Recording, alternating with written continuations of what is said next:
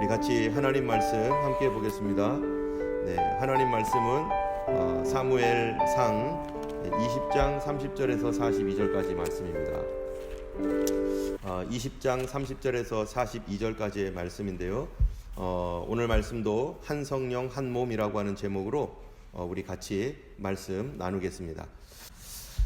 우리가 살다 보면은 참 인생에서 정말 그러지 말았어야 되는데 하는 그런 후회하는 시간들이 여러 있습니다. 정말 우리가 맨 마지막에 참 잘했다라고 하는 그러한 그 결과를 가지면 얼마나 좋겠습니까? 그러나 살다 보면은 실수로 말미암아서 후회하는 일들이 있는데요. 저도 몇 번에 걸쳐서 지금 이렇게 돌아보면은 후회하는 그런 일들이 있습니다. 그 일들은 무엇 때문인가 곰곰이 생각해 보면은 나의 자존심 때문이었고 나의 교만함 때문인 경우가 너무나 많았던 것 같아요.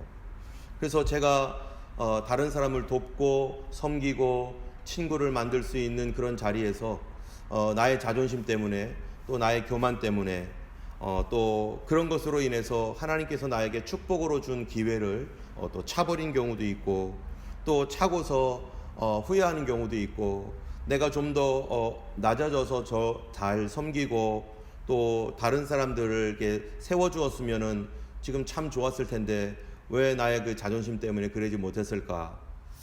하나님의 뜻이 내가 참으로 섬기고 그렇게 순종하며 살아가는 게 하나님 뜻일진데 하나님 뜻을 알고서도 나의 자존심이나 교만함 때문에 그 반대로 행한 경우가 가끔 있었던 것 같아요.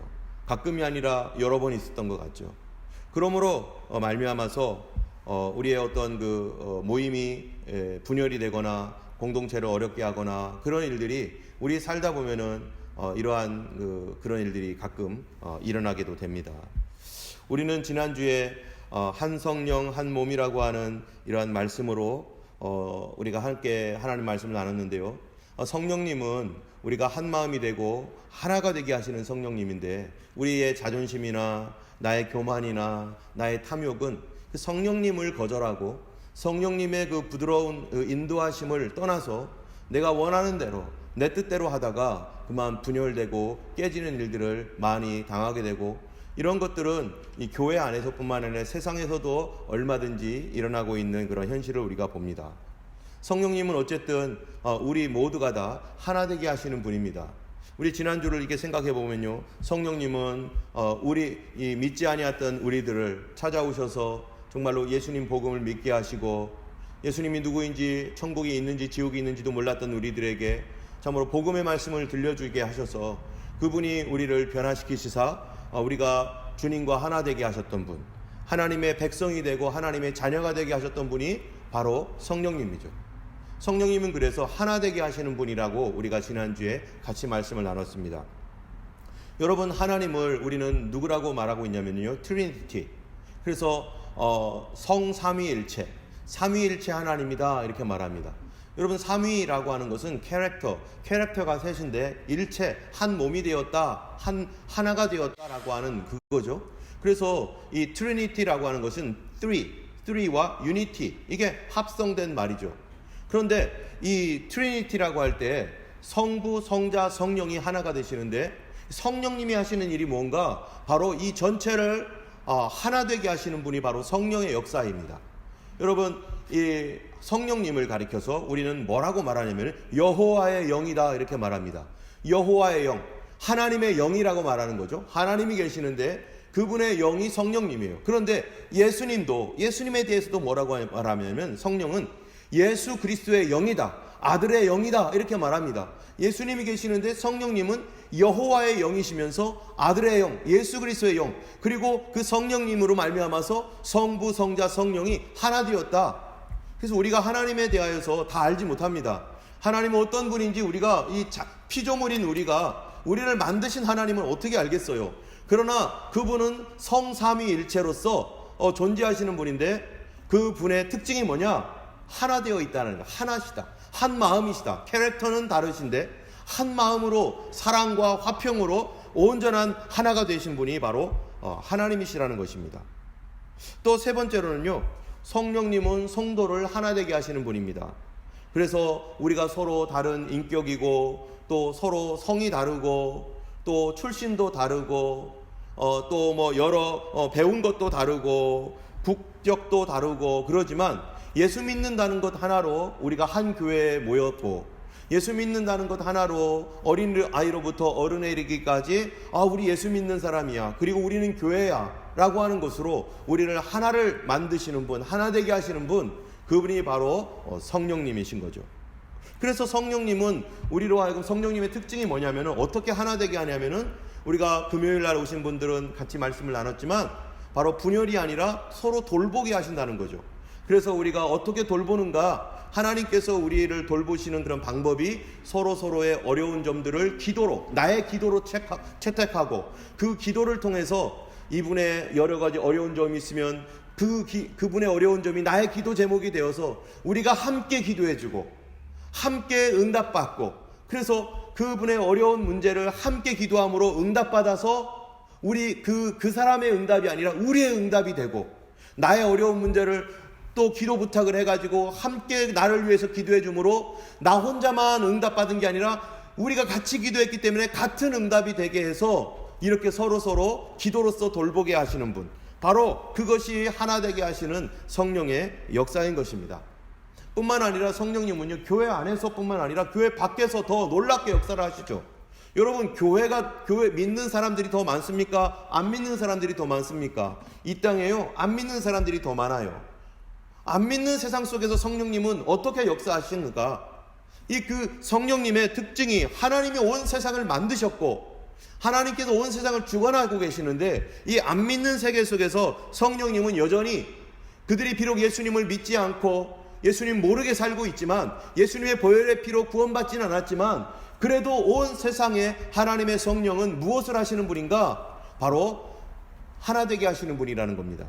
여러분, 가정이 어떻습니까? 믿는 사람이건 믿지 않는 사람이건 모든 가정은요, 행복해야 돼요. 사랑이 넘쳐야 돼요. 바로 행복과 사랑이 넘치게 하는 것, 그것은 누가 하시는 일인가? 천지를 창조하신 하나님의 영, 온 세상을 만드신 하나님의 영이, 그분이 사랑이시고 그분이 하나 되게 하시는 분이기 때문에 비록 이 세상이 하나님을 떠나서 타락되었고 또 가정도 타락되었지만, 그러나 믿는 사람이건 믿지 않는 사람이건 하나님의 성령은 모든 사람이, 가정이 행복하기를 하나님께서 역사하시고 계시고 성령님은 그 일을 이루시는 것이죠. 또 사회도 마찬가지입니다. 사회도 행복한 사회, 좋은 사회, 국가도 행복한 국가, 좋은 국가, 이런 일들을 이루시고 그것이 당연하다고 우리가 여기고 있잖아요. 그것이 누구의 역사입니까? 바로 성령님이 하시는 일이고 성령님의 역사인 것입니다. 또 성령님은요, 하나님을 모르는, 하나님을 떠나버린 이 세상을 하나님과 하나 되게 하고 하나님과 화목되게 하시는 분이 성령님이세요. 그래서 여러분, 우리 예수님을 몰랐던 우리들 어떻게 예수 믿게 되었습니까? 바로 이 복음을 전파받아서, 복음이 전달되어서 내가 이제 예수님 믿어야겠다 해가지고 교회를 나왔고, 교회 나와서 기도하다 보니까 정말로 내가 얼마나 죄인인지 알게 하시고, 그리고 성령으로 거듭나게 하셔서 세례 주셔서 거듭나게 하셔서 우리가 그리스도인이 되게 했던 것처럼, 하나님은 지금도, 성령님은 지금도 하나님과 원수된 사이에 있고 하나님 없이 살아가고 있는 이 모든 세상 가운데 복음을 전하고 있는 성령님이세요. 그래서 오직 성령이 너에게 임하시면 예루살렘과 온 유대, 권능을 받고 예루살렘과 온 유대와 사마리아와 땅끝까지 이르러 내 증인이 되리라.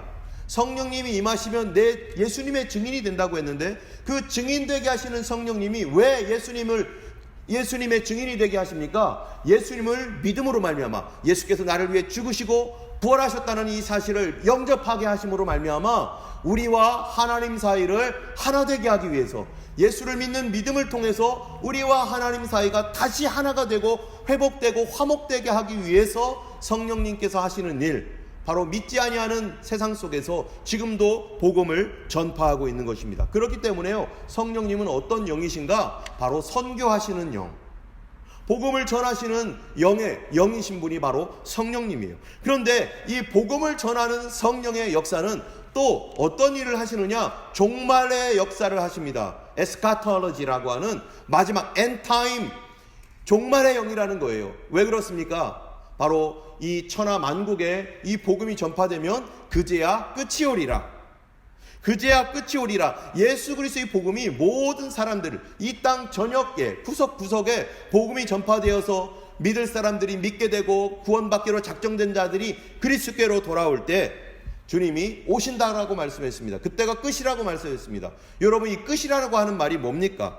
무엇을 의미합니까? 그거는요, 온 세상에 분열과 불신과 또 악으로 가득 차 있던 이 세상, 누구 때문입니까? 이 사단 마귀 때문이 아니겠어요? 하나님과의 관계가 끊어지고 가정 안에서 문제가 생기고 사회 안에서 분열이 일어났던 것들이 바로 사단의 역사였는데, 바로 이 사단의 역사를 끝내시는 분, 사단이 더 이상 분열하지 못하게 하고 그들을 끝내가지고 이제는 영원한 지옥으로 집어넣고 바로 믿는 사람들을 구원하시는 그 분의 역사가 바로 성령의 역사인 것입니다. 여러분, 하나님께서 세상을 창조하셨을 때 창조한 세상이 어떻습니까? 여러분, 어떤 사람이 무언가를 만들면요, 그 작품 안에는 그 사람의 인격이 들어가 있어요. 그래서 정말로 마음이 선하고 깨끗하고 착한 사람이 그림을 그린다고 해보세요. 어떤 그림 그리겠어요? 부드럽고 아름다운 그림 그릴 겁니다. 근데 속에 불만과 미움과 분노 또 저주가 가득한 사람이 만약에 예를 들어서 그림을 그리면요, 그 그림에 자기는 안 하려고 해도 표현이 나와요. 여러분, 그 미술 치료하시는 분들 보면은 어린아이들에게 야, 너 한번 집 그려봐, 사람 그려봐, 이렇게 하면은 아이들이 집을 그리는데 정말로 정상적인, 그리고 마음이 따뜻하고 참으로 이게 상처가 없는 아이들이 집을 그릴 때는 참 집도 아름답게 그리고 창문도 널찍널찍하고 이렇게 그립니다. 그런데요, 이 어떤 아이에게 너 집 좀 그려봐 라고 했더니 애가 집을 그렸는데 집 형태가 없어요. 집 형태가 아니에요. 이게 아무리 봐도 집의 형태가 아니에요. 근데 집이라고 막 어린아이가 그렸어요. 그걸 보더니 그 미술 상담하는 분이요, 깜짝 놀라는 거예요. 얘가 어떻게 하다 이렇게 됐냐고. 여러분, 자기 자신이 뭔가를 만들 때는 자기 자신의 인격이 거기에 나타나요. 하나님께서 만드신 세상은 어떻습니까? 원래 처음부터 미움과 분열과 전쟁과 또 이 가난과 저주와 이런 것이 있는 세상을 하나님이 처음부터 만들었나요? 만약 그렇다면 하나님은 어떤 분이겠어요? 그런 분이겠죠. 불행하고 분노와 미움과 이 악함으로 가득 찬 분이겠죠. 그런데 성경에서는요, 하나님께서 만드신 세상은 원래가 어떤 세상이었느냐? 아름답고 조화롭고 행복하고 사랑이 넘치고 감사와 기쁨이 넘치는 그런 것이 하나님의 세상이었어요. 가정은 행복해야 되고 사람들은 서로 사이 좋아야 되고 서로 사랑하는 그런 사회. 그런데 왜 이 세상이 이렇게 분쟁과 폭력과 불행과 가난과 죽음과 저주로 정말 들어오는 뉴스마다 정말 안타까운 소식들이 이렇게 많이 일어나는가? 하나님 만든 세상 왜 이렇게 되었는가? 그것이 무엇 때문입니까? 심지어 사람들이요, 하나님의 원수 노릇하면서 하나님을 욕하는 그런 일들을 비일비재하게 우리가 듣고 있고, 하나님을 저주하고 믿는 사람들을 핍박하는 사회, 지금도 교회를 핍박하고 있는 그러한 그 공산주의 사회나 이슬람 사회나 이런 것이 얼마나 많습니까? 그렇다면 하나님 만든 세상에 왜 분열과 미움과 이러한 그 전쟁으로 가득 찼습니까? 바로 이것이 바로 타락한 세상입니다. 사단 마귀가 하나님과 사람 사이에 들어와서 그 사이를 내었고, 사람과 사람 사이에 들어와서 분열하게 했기 때문에 그렇죠. 여러분, 최초의 때 어떤 일이 있었나요? 바로 마귀가 아담과 하와에게 찾아와 가지고요, 하나님과 사람 사이를 분열시켰어요. 하나님께서 아담과 하와에게 선악을 알게 하는 나무의 열매만 먹지 말고 나머지는 너희들 마음대로 해라, 자유다. 그런데 사단이요, 하나님과 사람 사이에 언약을 가지고 그 약속이 있는데 이 약속을 깨뜨려서 하나님과 사람 사이를 멀어지게 해서 사람으로 타락시키려고, 야, 너가 하나님이 되고 싶지? 너 하나님께서 먹지 말라고 했던 선악과 그거 아니야, 거짓말이야. 너 먹어봐. 그러면은 하나님처럼 될 거야.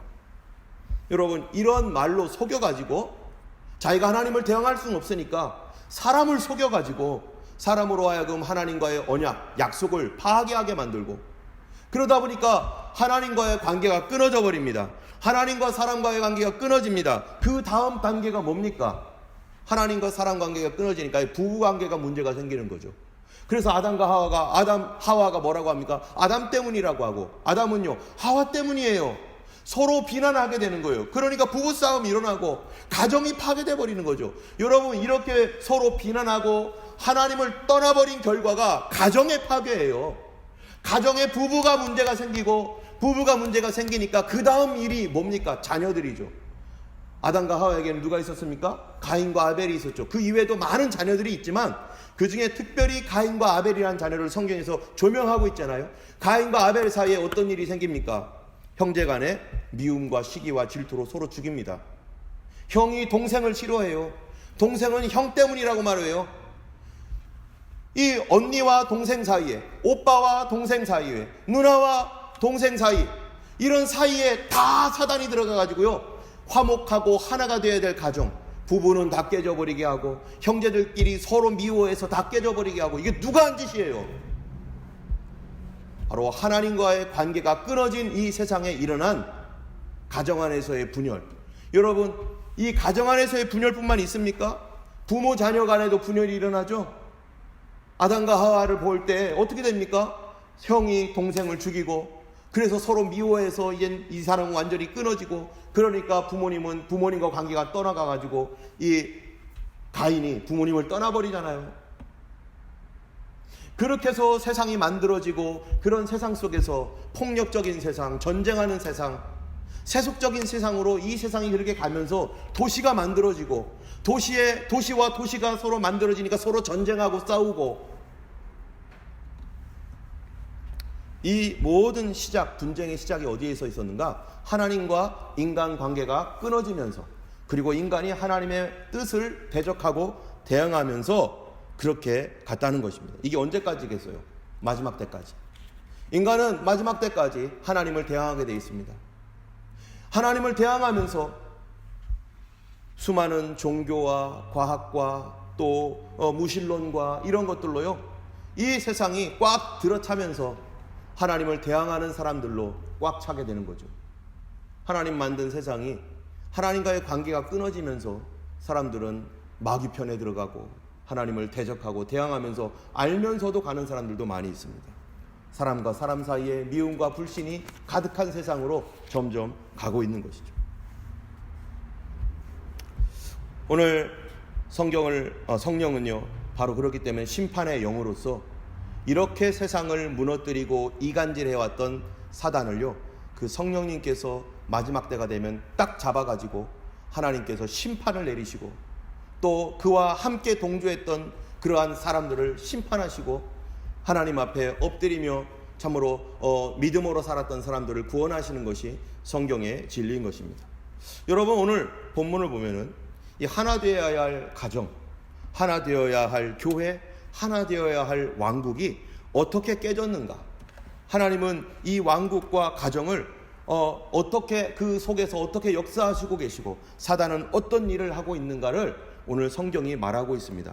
여러분, 오늘 본문이 20장 30절에서부터 42절까지인데요. 먼저 30절부터 34절까지를 한번 읽어보겠습니다. 제가 한번 읽어보겠습니다. 사울이 요나단에게 화를 내며 그에게 이르되, 폐역 무도한 계집의 소생아, 네가 이새의 아들을 택한 것이 내 수치와 내 어미의 벌거벗은 수치됨을 네가 어찌 알지 못하랴? 이새의 아들이 땅에 사는 동안은 너와 네 나라가 든든히 서지 못하리라. 그런즉 이제 사람을 보내어 그를 내게로 끌어오라. 그는 죽어야 할 자인이라 한지라. 요나단이 그의 아버지 사울에게 대답하여 이르되, 그가 죽을 일이 무엇이니이까? 무엇을 행하였나이까? 사울이 요나단에게 단창을 던져 죽이려 한지라. 요나단이 그의 아버지가 다윗을 죽이기로 결심한 줄 알고 심히 노하여 식탁에서 떠나고 그 달의 둘째 날에는 먹지 아니하였으니 이는 그의 아버지가 다윗을 욕되게 하였으므로 다윗을 위하여 슬퍼함이었더라. 자, 여러분, 사울과 그 아들 요나단이요, 부자지간입니다. 부자지간인데 지금 분열이 일어났어요. 서로 싸우고 난리가 났어요. 아버지가요, 아들을 죽이겠다고 단창을 들어가지고 아들을 죽이려고 창을 던져 아들에게 던지려고 했던 거예요.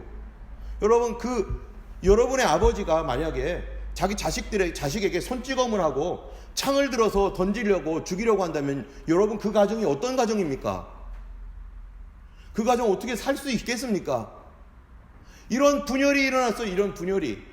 이게 사울의 왕의 가정에서 일어난 일이에요. 왕의 가정에서 일어난 이 한 가정이기도 하고 왕의 가정이기도 한데, 이 가정 안에 이런 부자지간에 이런 엄청난 분열이 일어나게 되었습니다. 여기서 보면은 그 원인이 무엇인가 하면요, 이 사울은 자기 아들 요나단을 깊이 생각하고 있어요. 어떻게 생각하느냐? 이렇게 생각하는 거예요. 이새의 아들이, 31절입니다. 이새의 아들이 땅에 사는 동안은 너와 내 나라가 든든히 서지 못하리라. 지금 여기서 이새의 아들은 누굽니까? 다윗이죠. 다윗이 살아있는 동안에는 너와 내 나라, 지금 사울은 왕입니다. 이스라엘 왕이에요. 그런데 요나단에게 하는 말이에요. 요나단 너와 네 나라. 사울이 죽으면 그 다음에 왕은 누구예요? 요나단이죠. 요나단이 왕이 돼야 되는 거예요. 요나단도 그거를 잘 알고 있습니다. 그런데 사울이 말하는 게, 너 다윗이 있으면 너는 왕 못해. 다윗이 살아있으면 네가 왕위를 물려받는 게 아니라 다윗이 왕이 될 거야. 야, 그게 말이 되냐? 여러분, 아버지가 아들을 지금 엄청 생각하는 거예요. 다윗이 있으면 너와 내 나라가 든든히 서지 못할 거니까 다윗이 죽어야 돼. 다윗이 있으면 이 나라가 다윗의 나라가 될 거야. 너는 죽어. 요나단이요. 그러니까 뭐라고 아버지에게 말하느냐? 아버지, 그래요? 그러면 안 되죠. 이렇게 얘기하는 게 아니에요. 아버지, 도대체 다윗이 죽을 일을, 무슨 죽을 일을 했습니까? 다윗이 잘못한 게 뭡니까 도대체? 그랬더니 아버지가요, 할 말이 없는 거죠. 다윗이 잘못한 게 없거든요. 그러니까 화가 나니까 에이 안 되겠다 해가지고요, 이 내 아들이지만 이게 알아듣지를 못하네. 이게 바보처럼 다윗이 왕이 될 텐데 다윗이 살아있으면 네가 죽어 해가지고요, 단창으로 너무 화가 나니까 죽이려고. 여러분, 도대체 요나단과 그 아버지 사울이요, 왜 이렇게 싸웁니까? 단지 왕권 때문입니까? 그게 아닙니다. 그보다 더 근본적인 문제가 있는데요, 그것은 하나님의 뜻 때문입니다. 사울은요, 하나님의 뜻이 뭔지 알고, 요나단도 하나님의 뜻을 알아요. 사울은 무엇을 알고 있냐면은 바로 하나님께서 다윗을 이 나라의 왕으로 세울 것이다라는 것을 지금 사울 왕은 알고 있습니다. 그렇지만 알지만 자기 아들이 왕이 되기를 원하는 거예요. 여러분, 혹시 이런 사람이 있습니까? 내가 하나님의 뜻이 뭔지는 알지만 우리 아들이, 내 딸들이, 내 후손이 개인적으로 성공해야 되기 때문에 내가 하나님의 뜻을 알지만 우리 자녀들을 하나님의 뜻에서 벗어나서 막 살아가도록, 혹시 그렇게 하고 있지 않나요? 바로 사울은 하나님의 뜻을 정확하게 알매도 불구하고 자기 아들이 성공하고 자기 아들이 왕이 되기를 원해서 지금 하나님을 대항하고 있는 중입니다. 그런데요, 요나단은 어떨까요? 요나단은 모를까요? 요나단도 알고 있습니다. 하나님께서 다윗을 세워서 이 땅에 새로운 왕으로 세울 것이고 자신은 그 다음이 될 것이라는 것에 대해서 요나단은 잘 알고 있습니다. 사울은요, 반대로 하나님의 뜻을 알지만 하나님을 대항하고 하나님의 뜻이 이루어지지 않기 위해서 자기는 부단히 애쓰겠다는 거고, 요나단은요, 하나님의 뜻이 그거라면 내가 비록 왕이 안 되더라도 하나님 뜻을 위해서, 내가 그 뜻을 이루기 위해서 하나님께 순종하겠다, 하나님의 뜻을 따르겠다. 여러분, 분열의 원인이 뭡니까? 이 세상에 가장 분열의 원인이 어디에 있었냐면은 하나님과 사람 사이가 났기 때문에. 하나님의 뜻과 사람의 뜻이 있는데 이 사이가 나가지고요, 하나가 되지 않았어요. 그래서 인간은 하나님의 뜻을 대항하고 내 뜻과 내가 원하는 대로, 내 욕심대로 살기 위해서 사람도 죽일 수 있는 거죠. 하나님을 거역하여 따라가고 하나님 뜻에 상관없이 자기가 그렇게 가고자 했던 것이 바로 이 인간의 모습인 것입니다. 아담과 하와는요, 하나님 뜻 알지만 그 반대로 행했습니다. 이로 인해서 어떤 일이 생겼습니까? 죄가 들어오고 인간 안에 사단이 활동할 수 있는 그러한 그 기반이 생기고, 그로 말미암아 악이 들어오고, 그래서 온갖 세상의 분열과 분쟁과 이런 어려움들이 일어나는데 그 원인이 뭐라고요? 가장 기본적인 원인은 하나님과 사람 사이의 분열 때문이었다. 이런 하나님과 인간 사이의 이런 분쟁과 대항은요, 아마 이 세상 끝날까지, 세상이 끝날 때까지 변함없이 일어날 것입니다. 이 땅의 모든 분열의 원인이 뭔가? 바로 우리가 하나님의 뜻을 떠났다. 우리가 하나님 뜻과 상관없이 내 뜻을 세우려고 내 마음대로 살아가는 것, 그것이 거기에 근본적인 문제가 있습니다. 그렇기 때문에 사람들은요, 이 분열되고 갈라진 이 세상에 대하여 인간은요, 인간대로 여러 가지 방법을 자기들이 생각합니다. 그래서 과학을 발전시키면 우리가 분열이 아니라 화목하게 되지 않을까? 종교를 발전시키면 화목하게 되지 않을까? 또 이 농업기술, 철학, 학문 이런 것들이 발달되면 이 세상이 좀 화목하지 않을까? 그래서요, 여러분, 이 땅에 얼마나 윤리 도덕을 많이 발전시켰습니까? 그래서 윤리학, 도덕학 이런 것들을 발전시켜가지고 얼마나 공부를 많이 시키고 있어요. 사람들 공부 많이 하면 사람들은 착해지지 않을까? 이제 싸우지 않고 분열되지 않고 서로 화목하게 지지 않을까? 우리는 알죠. 그렇게 하면 안 된다는 걸 알지만 우리는 그렇게 하지 않습니다. 더 싸우고 더 분열하고 더 싫어합니다. 과학이 발달되고 산업이 발달되면 사람들이 먹을 것이 풍부해지면 어떻게 되겠어요? 사람들이 더 이제 화목하게 살지 않을까? 옛날에는 먹을 것이 없어서 서로 싸웠는데 이제 사람들이 먹을 것이 풍부해지면 싸우지 않겠지 했지만 여러분 어떻습니까? 과학기술이 발전하고 산업이 발전하면 더 세상이 행복한 유토피아가 될 줄 그 당시 사람들은 다 알았는데 제1차 세계대전, 2차 세계대전 전 세계가 더 욕심을 부리고 더 탐욕스러워져 가지고 그런 문제가 생긴 거 아니에요. 학문이 발전하고 세상에 과학이 발전하고 더 풍성한 세상이 되기를 기대하고 그래서 공부를 많이 시켰더니 가정은 가정대로 오히려 더 깨지고 아이들은 부모님께 더 반항스러워지고 수많은 정신병들이 생기고 온 세계가 테러와 전쟁으로 몸살을 앓고 더 부도덕해지고 자유는 더 상실하게 되고 민족끼리 국가끼리 분쟁을 하게 되고 이 나라 저 나라가 싸울 때 더 위험해가지고요, 저 지구 반대편에서 일어나는 일이 우리에게도 영향을 미칠 정도로 핵폭탄 한번 터지면은 온 세계가 끔찍한 공포를 느낄 수밖에 없는, 과학은 발전했지만 더 큰 위험이 있는 그런 세상으로 변화가고 있는 것입니다. 세상은 밝은 면이 있으면서 더 어두운 면으로 더 치닫고 있는데 그 근본적인 원인이 무엇 때문이라고요? 바로 하나님의 뜻을 저버린 인간들. 그래서 여러분 성경을 보면은 시편 107편 10절에서 11절 말씀에 이렇게 말합니다. 사람이 흑암과 사망의 그늘에 있으며 곤고와 쇠사슬의 매임은 하나님의 말씀을 거역하며 지존자의 뜻을 멸시함이라. 사람이 흑암과 사망의 그늘에 앉았어요. 왜 이런 고통을 받습니까? 곤고와 쇠사슬에 매였어요. 내가 옴짝달싹할 수 없는 이런 고통에 매여 있어요. 그 이유가 뭐라고요? 성경이 뭐라고 말합니까? 하나님의 말씀을 거역하며 지존자의 뜻을 멸시하여 하나님 반대로 살아가고 있다는 거예요. 이것이 가장 근본적인 문제인 것입니다. 모든 문제의 핵심은 하나님과 인간관계에서의 분열이었던 것이죠. 오늘 본문을 보면은 사울과 요나단 사이의 싸움의 원인이 뭡니까? 아까 얘기했던 대로 사울은요, 하나님의 뜻을 알고서도 그는 대항하고 있는 것입니다. 여러분, 하나님의 뜻이 뭐였죠? 하나님께서 다윗을 왕 삼았다는 것입니다. 사실 이스라엘의 초대왕 사울은요, 원래 성실하고 겸손하고 외모가 준수한 아주 그런 훌륭한 사람이었고 또 겸손한 사람이었습니다. 그리고 이 하나님께서 사울에게 기름을 부어가지고요, 왕을 세웠어요. 여러분, 왕을 세웠다는 게 뭡니까? 이 사사가 아니라 왕은 어떤 의미입니까? 왕은 그 아들에게로 계속 왕권이 내려가는 거예요. 사사는요, 자기 때에 끝나는 거지만 왕권은 계속해서 내려가는 것이 왕입니다. 이 사울은요, 어떤 생각을 가졌냐면은 하나님께서 자기가 정말로 저기 시골구석, 베냐민 지파 시골구석에 있었던 사람, 자기는 왕 될 자격이 전혀 없다라고 했는데, 그런데 하나님께서 사울을 왕을 세웠어요.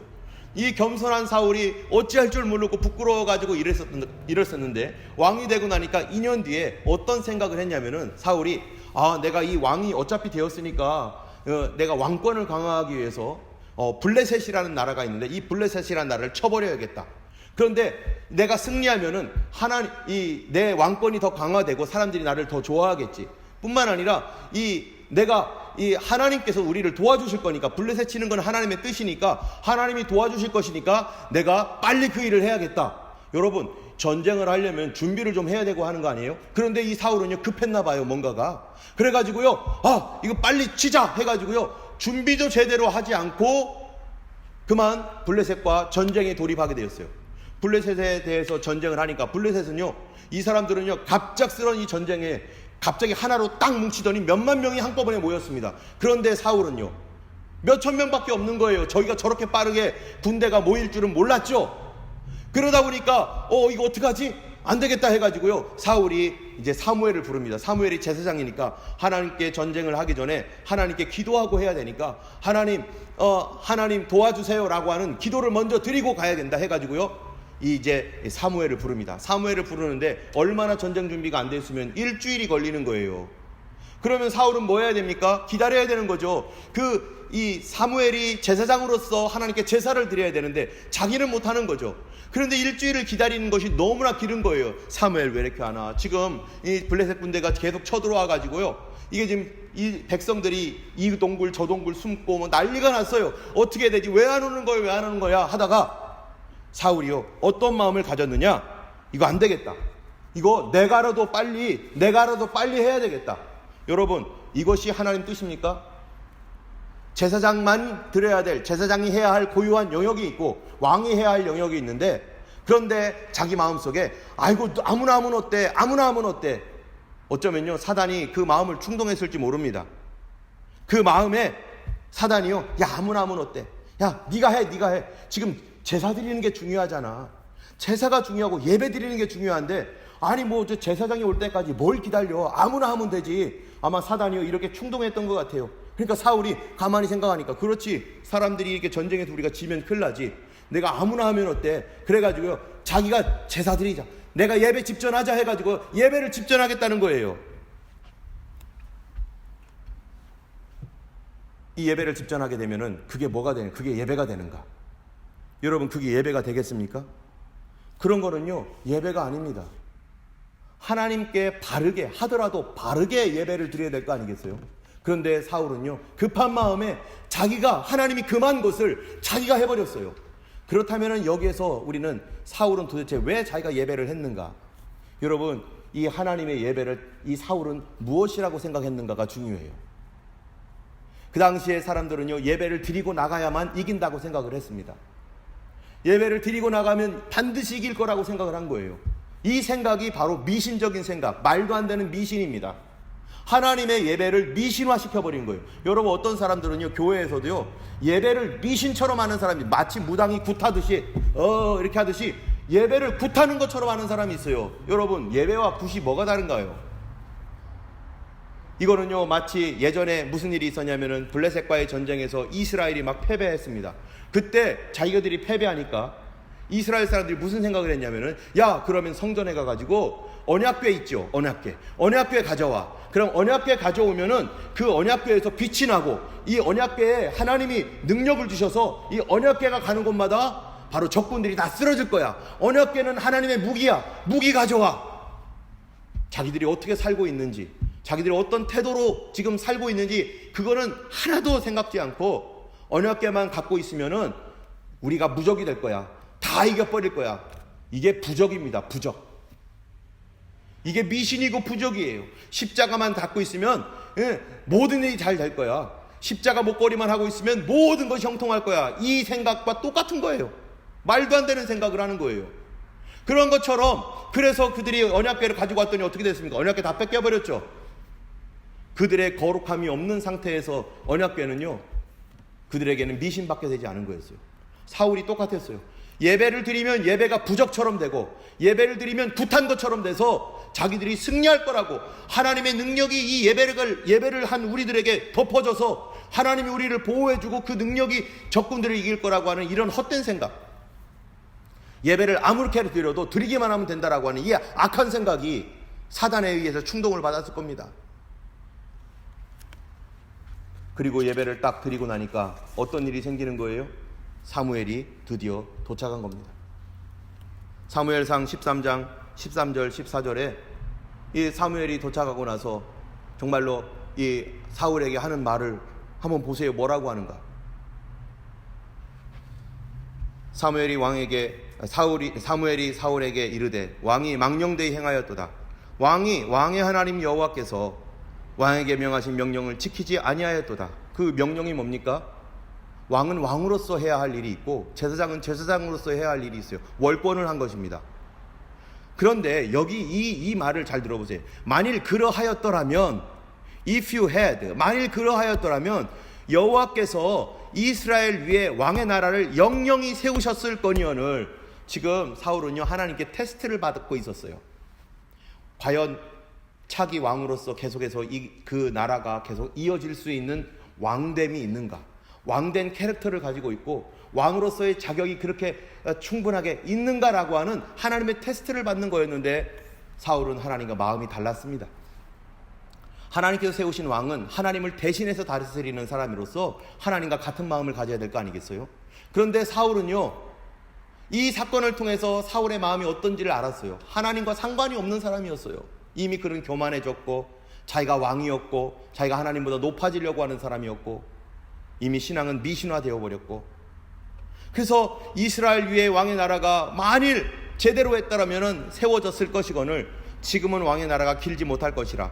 여호와께서 왕에게 명하신 바를 왕이 지키지 아니하였으므로 여호와께서 그 마음에 맞는 사람을 구하여 그 백성의 지도자로 삼으셨느니라. 이 말이 뭡니까? 이제 왕이시여, 왕의 시대는 이제 끝나갑니다. 이제 하나님께서 왕 뒤에 왕의 아들이 아니라 새로운 사람, 하나님의 마음에 맞는 그 사람을 세우실 것입니다. 안타깝게도 이 사울이 거기서 테스트에서 통과했더라면 그 아들대로 넘어갔을 텐데 이제 그렇지 않습니다. 죄송합니다. 여러분, 하나님의 뜻이 이제 드러났습니다. 사울이 계속해서 왕위는 여전히 가겠지만 그러나 그 아들에게로는 왕권이 이어지지 않을 것이다. 자, 이런 말을 들으면요, 여러분 정말로 믿음이 있는 사람이라면 어떻게 생각하겠습니까? 사울에게 있어서는요, 이 말을 들을 때 정말 충격이었을 거예요. 사울은 어떻게 결정을 할까? 그렇다면 어떻게 해야 되지? 하나님께서 내 뒤에는 이제는 내 아들이 왕이 아니라 다른 사람이 왕이 된다면 나는 어떻게 해야 되지? 만일 사울이 하나님을 경외하는 태도로 살았다면 어떻게 하겠는가? 나는 왕도 될 수 없는 사람이고 나는 부끄러움도 많은 사람이고 나는 부족한 사람인데 하나님께서 나를 왕을 세우셨는데 나 같은 사람 잠깐이라도 왕 되게 하신 거 은혜 감사하다.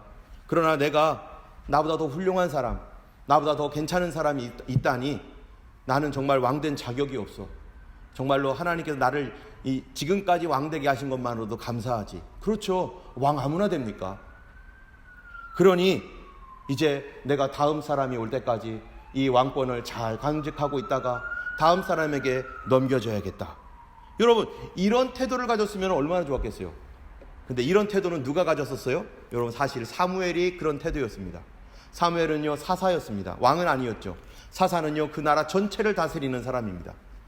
왕은 그 아들들에게 물려주는 거지만 사무엘은요, 사사로서 이 왕은 아니지만 그래도 이스라엘 전체의 권력을 가지고 이스라엘 전체를 다스리는 사람이었어요. 그런데요, 어느 날 백성들이 하나님께 막 요구한 거예요. 하나님, 우리에게 왕을 주세요. 왕을 주세요.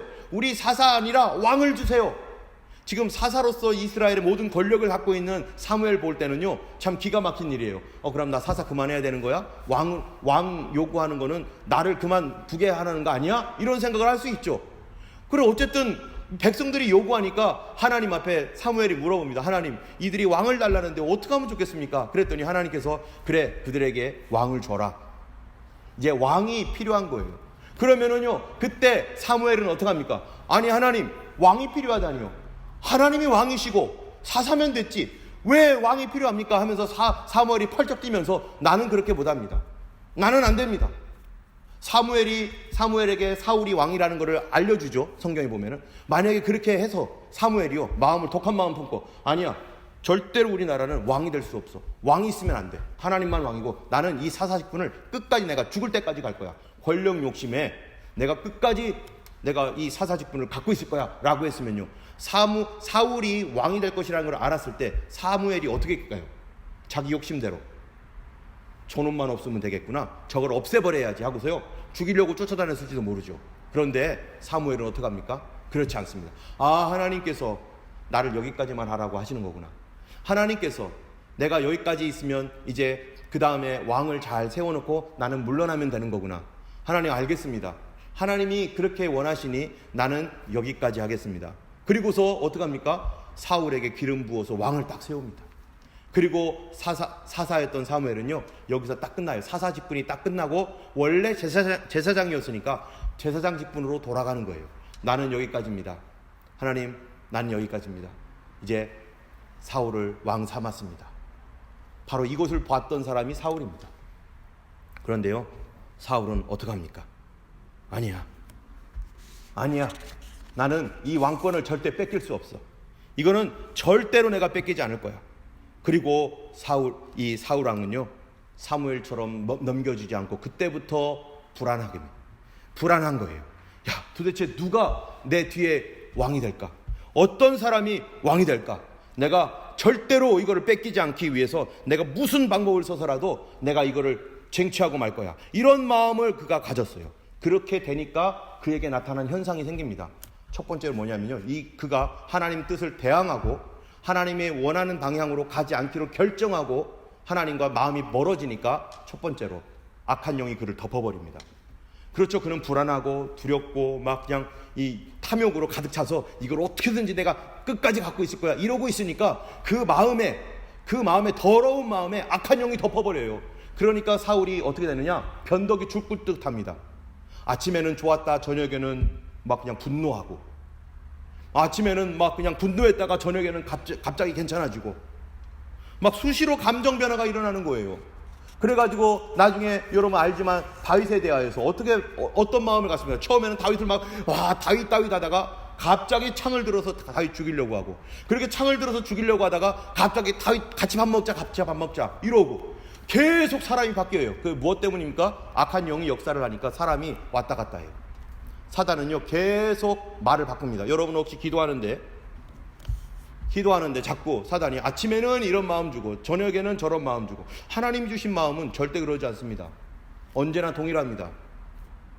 우리를 테스트할 때 수십 년에 한 번 정도는 하나님께서 이렇게 서로 이렇게 우리를 확인하기 위해서 바꿀 수는 있지만, 기도하는데 수시로 아침에는 이러라고 했다가 저녁에는 저러고 저녁에는 저러고 했다가 아침엔 또 이러고, 여러분 이거는요 하나님 방법이 아닙니다. 사단이 역사하는 것이죠. 두 번째로는요, 이 사울이요 마음의 두려움을 들고 집착과 탐욕으로 잘못된 명령만 내려요. 실수를 계속해요. 자기의 왕권을 빼앗기지 않기 위해서 누가 혹시 왕이 되는 거야? 누구야?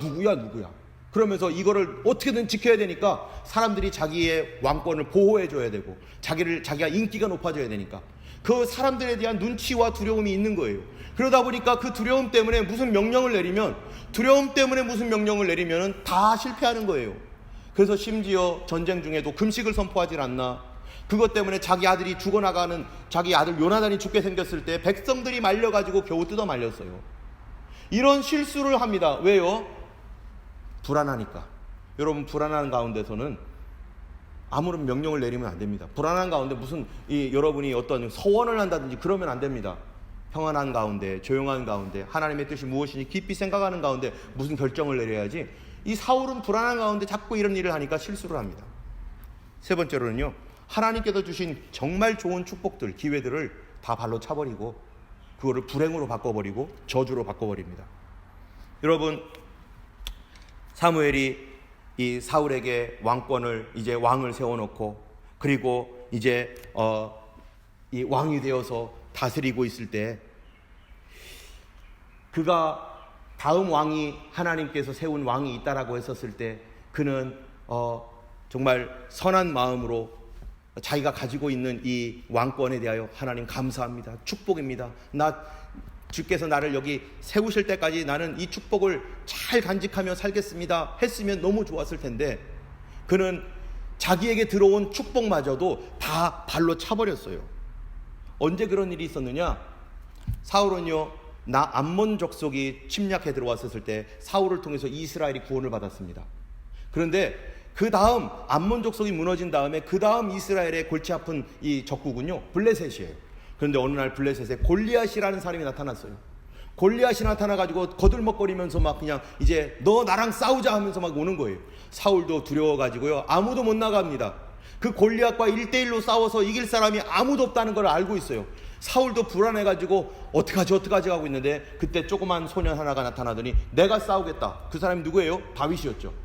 내가 싸우겠다 해가지고 나갔는데, 다윗이요, 물맷돌을 5개를 가지고요, 골리앗을 한 방에 이겨버렸어요. 골리앗이 팡 떨어져서 이제는 이 이스라엘이 해방이 되고 블레셋이 다 도망갔습니다. 그건 얼마나 큰 기쁨이고 영광입니까? 다들 좋아가지고 죽을 줄 알았는데 이제는 다윗이 구했다 하면서 좋아서 막 이러니까 사울이 어떡합니까? 다윗, 네가 참 잘했다. 너 대장군이 되라. 그래가지고요, 총사령관 시켜줬어요. 총사령관. 다윗이 가는 데마다 승리를 하는 거예요. 이곳 가면 이곳에서 승리, 저곳 가면 저곳에서 승리. 그런데 어느 날 여자들이요, 막 춤을 추면서 막 다윗을 환영하는데 이렇게 환영하는 거예요. 사울은 천천히고 다윗은 만만이다. 사울 thousand인데 다윗은 10,000이다. 이러니까 사울이 그거를 보고서 가만히 생각하니까, 그러면은 다윗이 나보다 더 높네, 나보다 더 잘한다는 거네 하면서 봐. 다윗이 나라를 구했다면은 다음 번은 누구야? 내 다음 후계자가 될 하나님이 얘기했던 그 사람이 혹시 다윗 아니야? 그때부터 사울이 다윗 저놈이 있으면 내 왕권이 뺏기겠구나, 하나님이 찍은 사람이 바로 저 다윗이구나 라는 것을 알았습니다. 실제로 사무엘이요, 다윗에게 기름을 부었죠. 너가 다음에 왕이다 라고 기름을 부었고, 사울이 그거를 알게 되었죠. 다윗이 요주의 인물이구나.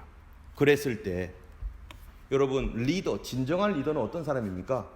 자기는 좀 부족해도요, 이 훌륭한 사람들을 잘 데려다가 이곳저곳에 잘 배치해가지고 이 사람들이 그 일을 잘 수행할 수 있도록 뒤에서 돕는 사람들, 그래서 그들이 자기 일을 잘할 수 있도록 뒤에서 섬겨주고 돕는 사람이 진짜 리더 아니겠어요? 자기가 모든 거를 잘할 수는 없잖아요. 그래가지고 자기가 대장 노릇하면서 막 아무나 막 그냥 아무나 데려와다가 막 이러게 하면 나라 망치죠.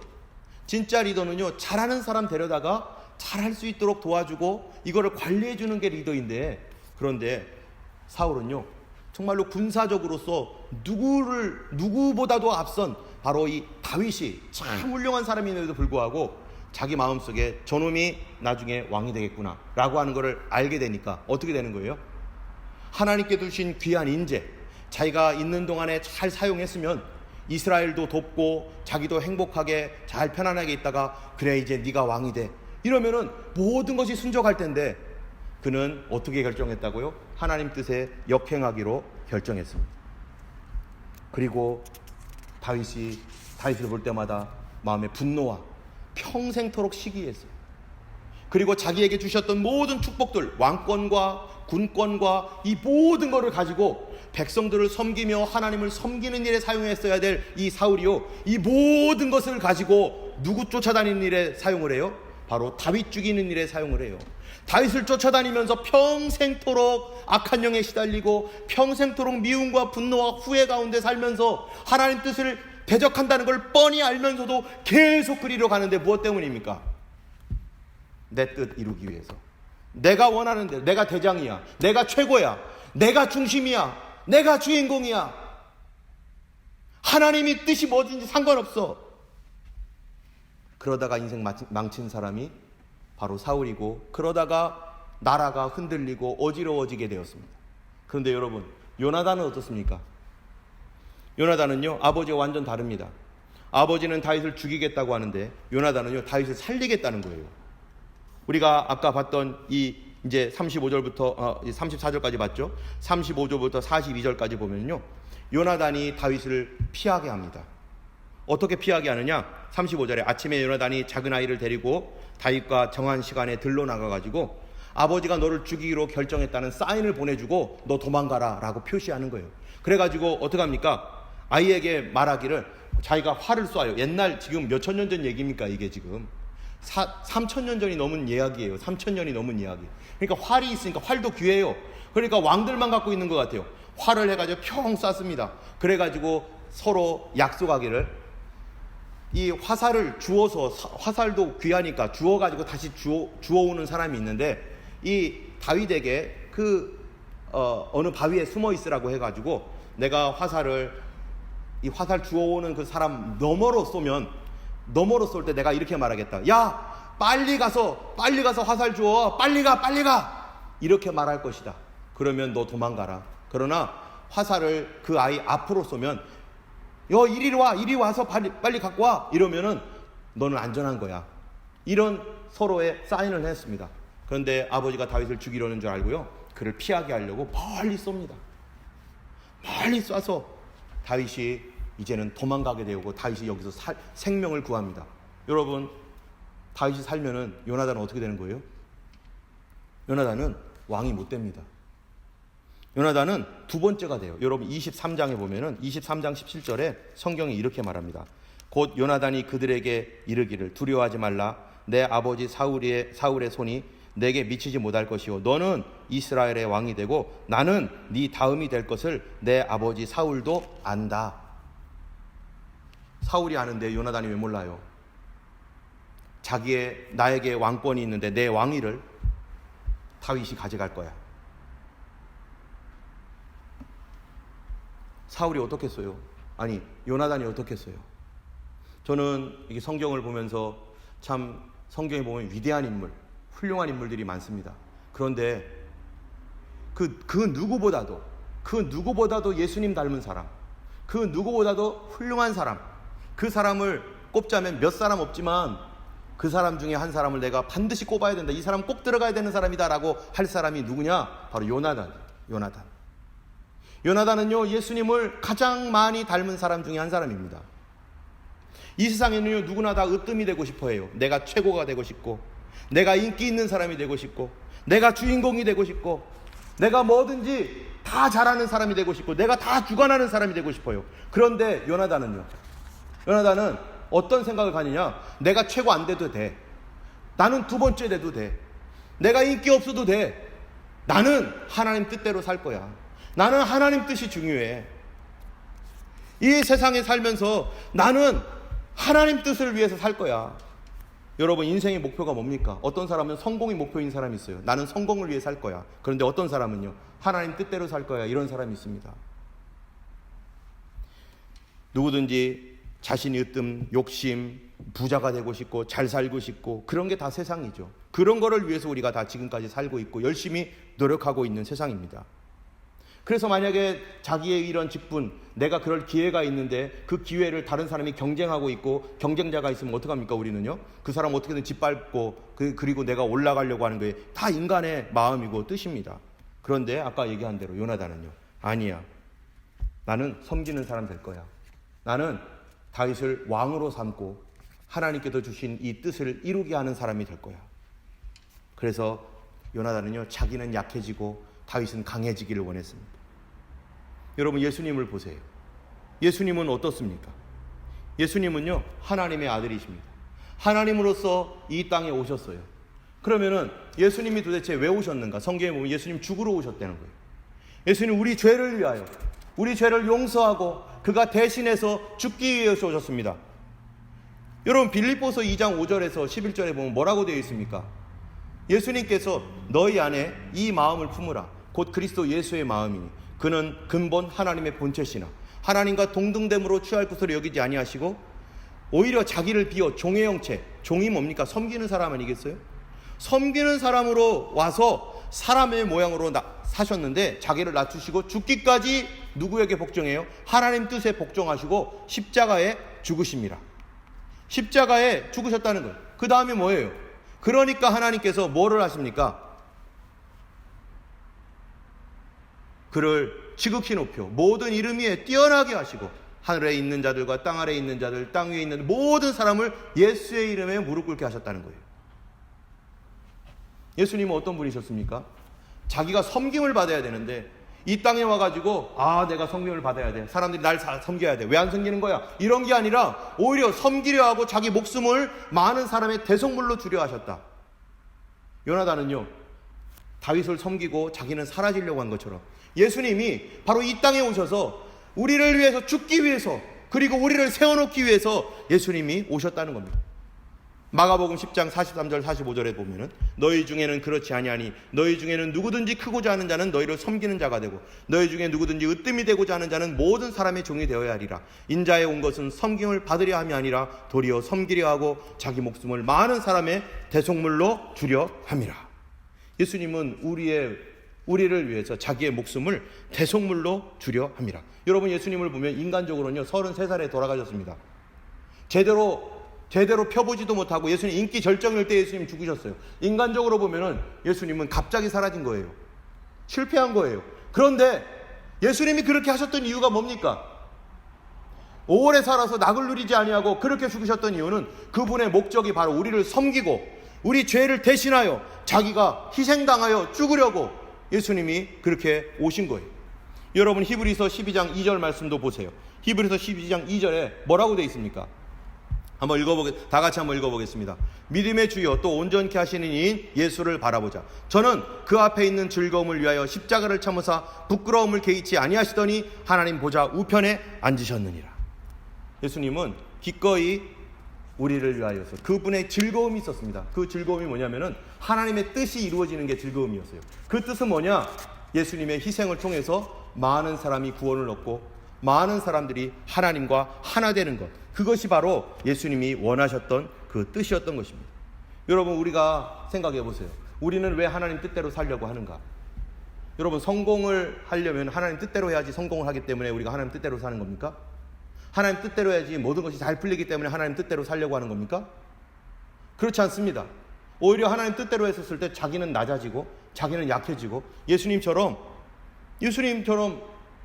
33세에 예수님은 십자가를 지는 일을 했어요. 우리가 도대체 왜 하나님 뜻대로 살기를 원하고 또 하나님을 믿는 사람들은 왜 하나님 뜻대로 사는가? 바로 히브리서 11장 15, 16절 한번 보면 이렇게 말합니다. 같이 한번 읽어보겠습니다. 저희가 나온 바 본향을 생각하였다면 돌아갈 기회가 있었으려니와 저희가 이제는 더 나은 본향을 사모하니 곧 하늘에 있는 것이라. 그러므로 하나님이 저희 하나님이라 일컬음 받으심을 부끄러워 아니하시고 저희를 위하여 한 성을 예비하셨느니라. 여러분, 우리는요 이 세상만이 우리의 모든 것이 아닙니다. 우리 뒤에 뭐가 있습니까? 하나님 나라가 있습니다. 주님의 심판이 있습니다. 우리는 그거를 바라보는 것이죠.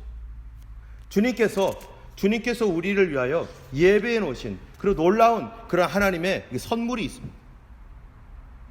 우리가 이 땅만 생각하는 것이 아니라 우리에게는 하나님 나라가 있죠. 여러분, 정말로 하나님의 사람이라면요, 여러분 이 땅에서 잘 먹고 잘 사는 것에 관심을 갖는 게 아니라 어디에 관심을 갖습니까? 천국이 하나님 나라입니다. 앞으로 도래할 하나님 나라, 하나님과의 이 땅에서 지금 하나님과의 동행에 더 관심을 갖습니다. 그것은 영원한 것이니까.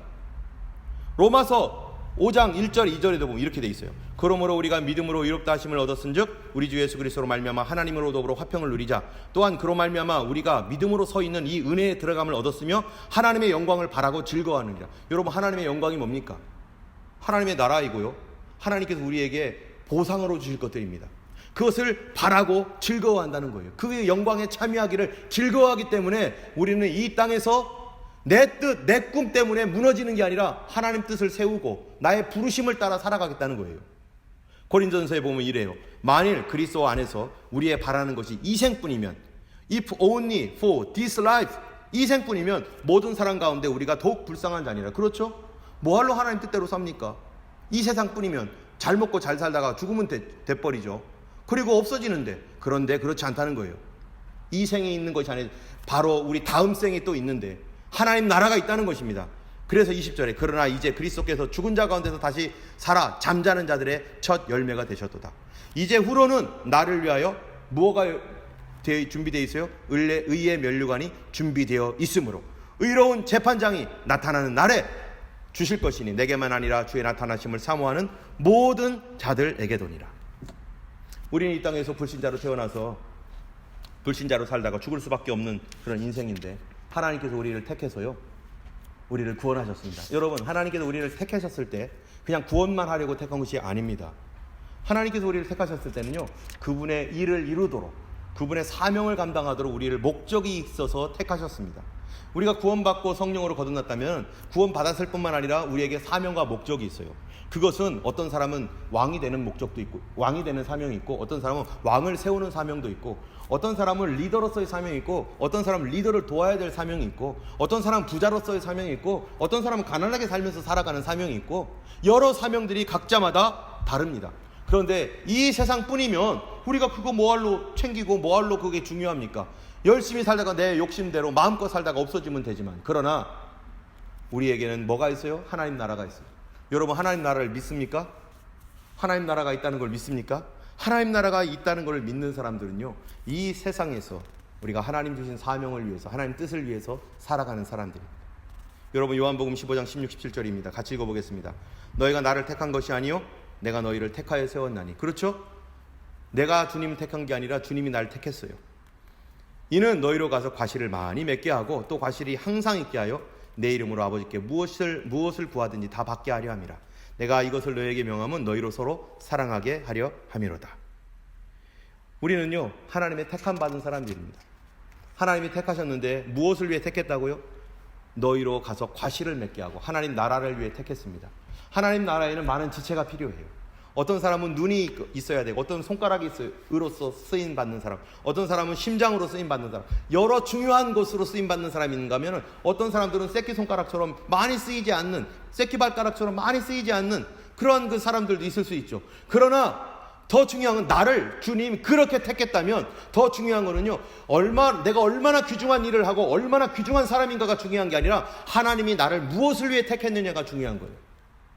우리가 1년 동안 살아가면서 성령님은요, 우리를 한 마음 되게 하시고 한 뜻 되게 하시는 분이 하나님이십니다. 우리가 이 세상에서, 이 땅에서 내가 최고가 되고 명예가 되고 내가 대장이 되려고 하는 그런 것은 하나님이 주신 사람은 그렇게 할 수 있어요.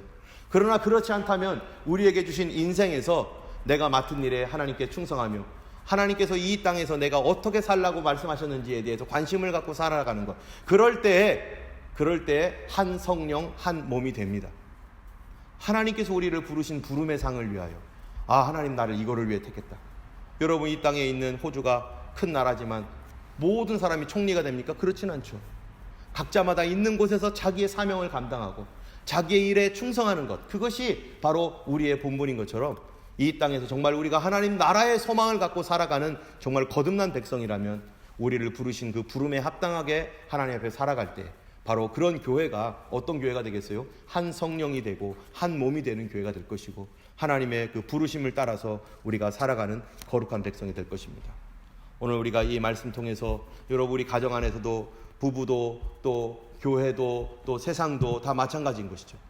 하나님께서 우리를 화목되게 부르셨고 하나로 부르셨고, 그 일을 위해서 헌신하고 충성하는 사람이 필요하고, 또 우리 각자마다 자기의 직분대로, 자기의 맡기신 그런 소명대로 내가 남을 돕는 사람이라면 정말로 잘 돕는 사람이 되어서 아름답게 정말로 우리 섬기고, 또 저희들도 또 도움을 받는 사람들은 또 다른 사람들을 돕는 사람으로, 여러분, 참으로 하나님의 백성들은 어떤 사람입니까? 서로 섬기는 사람입니다. 예수님도 우리를 섬겼습니다. 왕이지만 섬겼어요. 또 우리도 예수님을 섬기고 서로를 섬기는, 그것이 바로 하나님의 나라이고, 그것이 바로 한 성령 한 몸의 그런 공동체일 것입니다. 오늘 한 해 동안 우리가 살아갈 때 나의 직분대로 하나님을 섬기며 성도를 섬기며 또 이웃을 섬기는 우리 모두가 되기를 예수님의 이름으로 축원합니다. 기도하겠습니다. 거룩하신 하나님 아버지, 이 땅에 내 욕심, 내 뜻, 내 중심대로 살려고 하며 내가 원하는 대로 하나님 내 꿈을 이루고자 하는 하나님 수많은 꿈들이 부닥치고 있습니다. 그러나 우리 그리스도인들은 하나님의 뜻에 우리의 마음을 드리고 하나님의 뜻에 우리 자신을 하나님 내려놓습니다. 아버지의 뜻할 때 우리가 하나님 섬기는 사람이 되고 서로를 섬기는 교회가 되고, 하나님 그리하여 성령 안에서 서로 돌보며 성령 안에서 서로 화목하고 하나 되는 교회가 될 수 있게 도와주옵소서. 아버지 하나님이여, 참으로 모든 일에 하나님의 뜻을 묻고 하나님의 뜻이 무엇인지 알고 하나님 뜻 앞에서 하나님 순종하는 하나님 저희가 되게 하옵소서. 아버지, 요나단이 다윗을 세워놨던 것처럼 우리도 하나님의 참으로 주님 앞에서 그렇게 아버지 설 수 있게 도와주시고, 예수님께서 우리를 세우기 위하여 자기 자신을 희생했고 그것이 주님의 사명이었던 것처럼 우리도 하나님의 예수님을 닮은 그 성령의 충만함 안에서 서로를 섬길 수 있는 교회가 되게 하여 주시옵소서. 이제는 우리 주 예수 그리스도의 놀라우신 은혜와 하나님 아버지의 크신 사랑과 성령님의 감화, 감동, 위로, 인도, 교통하심, 섬기는 공동체로 한 성령 한 몸으로 살아가기를 원하는 모든 주의 백성들 머리 위에 이제부터 영원토록 함께 하시기를 간절히 축원하옵나이다. 아멘.